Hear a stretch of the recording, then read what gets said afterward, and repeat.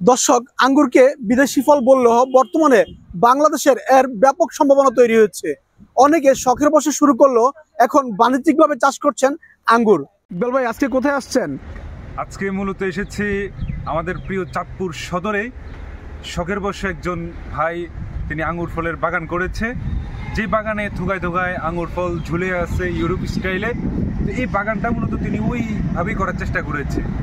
এখানে এসে আমার কাছে খুবই, আমার মাথার উপরে এগুলো হচ্ছে আঙ্গুর, দেখতেছেন কত চমৎকার। এগুলো এখনো কিন্তু ছোট ছোট আঙ্গুর, যেগুলো হচ্ছে এখনো বড় হয় নাই, এখনো ছোট। চাঁদপুর সদর উপজেলার কালীবাংতি এলাকায় গড়ে উঠেছে এক ব্যতিক্রমধর্মী সফলতার গল্প, যার নাম প্রদানিয়া এগ্রো। এই অন্যান্য উদ্যোগের পিছনে যিনি আছেন তিনি হচ্ছেন কামরুজ্জামান প্রদানিয়া। শখের বশে শুরু করেছিলেন আঙ্গুর চাষ। প্রথম থেকেই তিনি ছিলেন ভিন্ন কিছু করার চেষ্টায় অটল।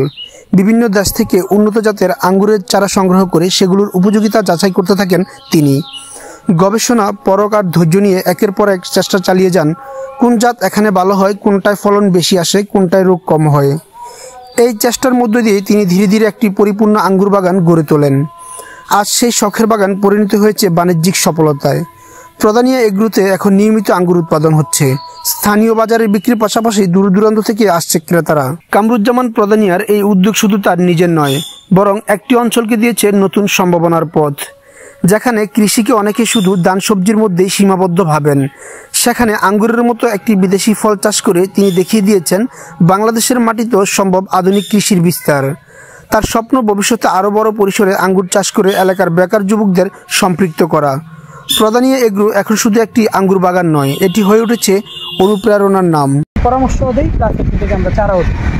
আমাদের এই যে একটা জাত আছে, একটু দর্শকদেরকে দেখাবেন। এই যে একেলো, এই জাতটা আপনার প্রায় 35 থোকা এই একটা গাছে, ছোট্ট 10 মাসের একটা গাছে 35 থোকা ফল।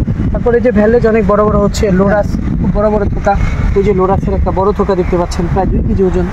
তারপর হচ্ছে ওই পাশে আরেকটা তথ্য আমরা জানতে চাইবো যে আপনার পূর্বে বাংলাদেশে কোনো আঙ্গুর বাগান কেউ করছে? বাংলাদেশে করছে, চাঁদপুর জেলাতে আমি হয়তো দেখি নাই, অন্য কেউ দেখে থাকতে পারেন। বাংলাদেশে হয়েছে কিনা? হ্যাঁ, বাংলাদেশে হয়েছে সমসাময়িক, আমাদের আগে এরকম না, আমাদের সাথে সমসাময়িক আরো 2-3টা বাগান আছে, কুড়িগ্রাম, তারপর হচ্ছে ঠাকুরগা বাগান করছে, কিন্তু হচ্ছে ফল পাওয়া বা হচ্ছে ফল বিক্রি করা, এই সফলতার মুখ কি আমরা সেল করছি? হ্যাঁ, আপনারা সেল করছেন, আমি আপনাদের এখানে যে দেখছি আপনারা সেল ফল আমরা সেল করছি। আগে কেউ এটা করতে পারছে কিনা, সেল করছে কিনা আমার সেভাবে জানা নাই, তবে বাগান আমার সমসাময়িক আরো কয়েকজন ভাই করছে।